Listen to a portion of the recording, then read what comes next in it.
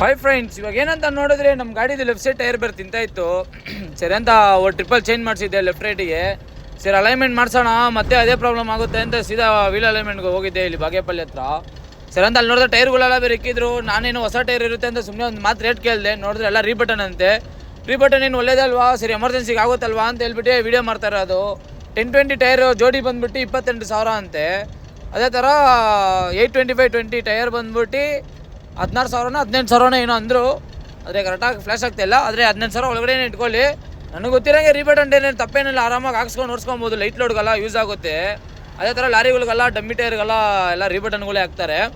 ಇದು ಕರೆಕ್ಟಾಗಿ ಎಲ್ಲ ಅಂದರೆ ಕರೆಕ್ಟಾಗಿ ಅನಂತಪುರಮಿಂದ ಬಂದರೆ ಬಾಗೇಪಲ್ಲಿ ಟೋಲ್ ಆಗಿದ ತಕ್ಷಣ ಲೆಫ್ಟ್ ಸೈಡಲ್ಲಿ ಐತೆ.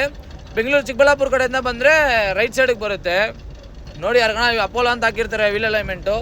ನನಗೆ ಗೊತ್ತಿರೋಂಗೆ ಬೇರೆ ಕಡೆಗೂ ಇಲ್ಲೂ ಕಂಪೇರ್ ಮಾಡಿದ್ರೆ ಒಂದು 200 ರೂಪಾಯಿ ಕಮ್ಮಿನೇ. ಬೇರೆ ಕಡೆಲ್ಲ 800 ರೂಪಾಯಿ ತೊಗೊತಾ ಇದ್ರು, ಇಲ್ಲಿ ಬೇರೆ 600 ರೂಪಾಯಿ ತೊಗೊಂಡ್ರು. ಸೊ ಪರವಾಗಿಲ್ಲ, ಕಮ್ಮಿನೇ ಅನ್ಕೊತೀನಿ. ಸರ್ ಅಂತ ನೋಡಿದ್ರೆ ಒಂದು ಆ್ಯಪ್ದು ಒಂದು ವೀಡಿಯೋ ಒಂದು ಹಾಕಿದ್ದೆ, ಲೊಕೇಶನ್ ಆ್ಯಪ್ದು. ನೋಡಿದ್ರೆ ತುಂಬ ಜನ ಅದಲ್ಲೇ ಹಾಕಿದ್ದೀನಿ ಹೆಸರು. ಇಲ್ಲ ಬರುತ್ತೆ ನೋಡಿ ಹೆಸರು. ಪ್ಲೇಸ್ಟೋರಲ್ಲಿ ಹೋಗಿ ಹೆಸರು ಟೈಪ್ ಮಾಡಿದ್ರೆ